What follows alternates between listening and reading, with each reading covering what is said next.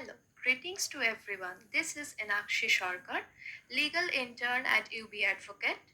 The video is upon the topic of provision of reservation and analysis.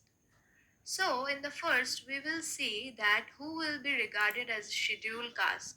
So, if someone is born out of the inter-caste marriage, then what can be said about that children?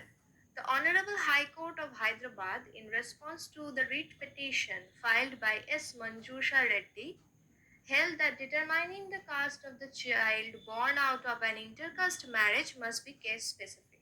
So the judgment was actually on the based principle by the Supreme Court itself, that if the child was brought up according to the culture, customs of a particular community, then he could be interpreted as the member of that specific community. Thus, in the case, it was held that the petitioner was held to be the member of the scheduled caste, alike her mother. So, a very similar judgment was also given by Nagpur bench of Mumbai High Court by the Justice Sunil Shukre and Pushpa Gandewala.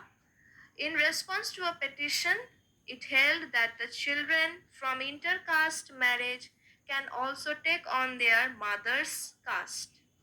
So up to this is understood that a children born out of intercaste marriage can also be a scheduled caste. We can leave behind the subject that if someone is born out of parents who both of them who are the scheduled caste, then the children will be a scheduled caste. So someone who is born out of intercaste marriage also can be a scheduled caste. So now we will focus on some legal provisions that are there in the Constitution of India. So Article 15.4 of Fundamental Rights empowers the states to make special provision for SC, ST and OBCs. And also there is another provision, Article 46 of Directive Principles of State Policy has the proviso of the promotion of interest of scheduled caste and scheduled tribes and other backward classes. So these are the main legal provisions. There are other legal provisions as also.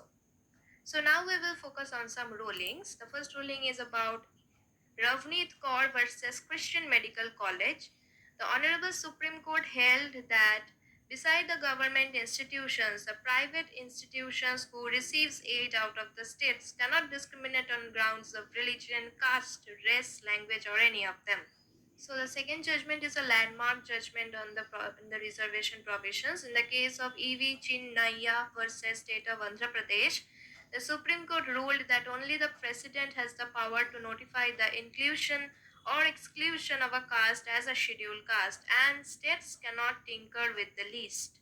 So the third case, that is State of Punjab and others versus Davinder Singh and others, Justice Mishra reasoned that the subclassifications within the presidential and central list does not amount to tinkering with it, means tinkering with the scheduled caste system. No caste is excluded from the list. The states only give preference to the weakest of the lot in a pragmatic manner based on a statistical data. So in these cases, in number 2 and 3, this was given by the 5-bench judgment of Supreme Court. In the E.V. Chinnaya versus State of Andhra Pradesh, it was stated that the states cannot have subgroups among the SCs and STs, whereas the same 5-bench judgment in another case, the State of Punjab and others versus Davinder Singh and others, it was stated that the states can have subgroups among the SCs and STs. So now it has become a great question as such that the states can have the discretion to make subgroups among the SCs and STs, or that the power to the state is declined as such. The division, that is the subgroups, is necessary for the states to ensure adequate representation in services, because reservation is an effective tool which helps in the emancipation of the oppressed classes. The matter is referred to the 7-bench judgment of the Supreme Court and the decision is pending there. And this decision will prove to be instrumental in deciding the fate of the provisions of the reservations in our country. So thank you. Information that is provided in the video is true to my knowledge. and any mistakes is never intended. So thank you.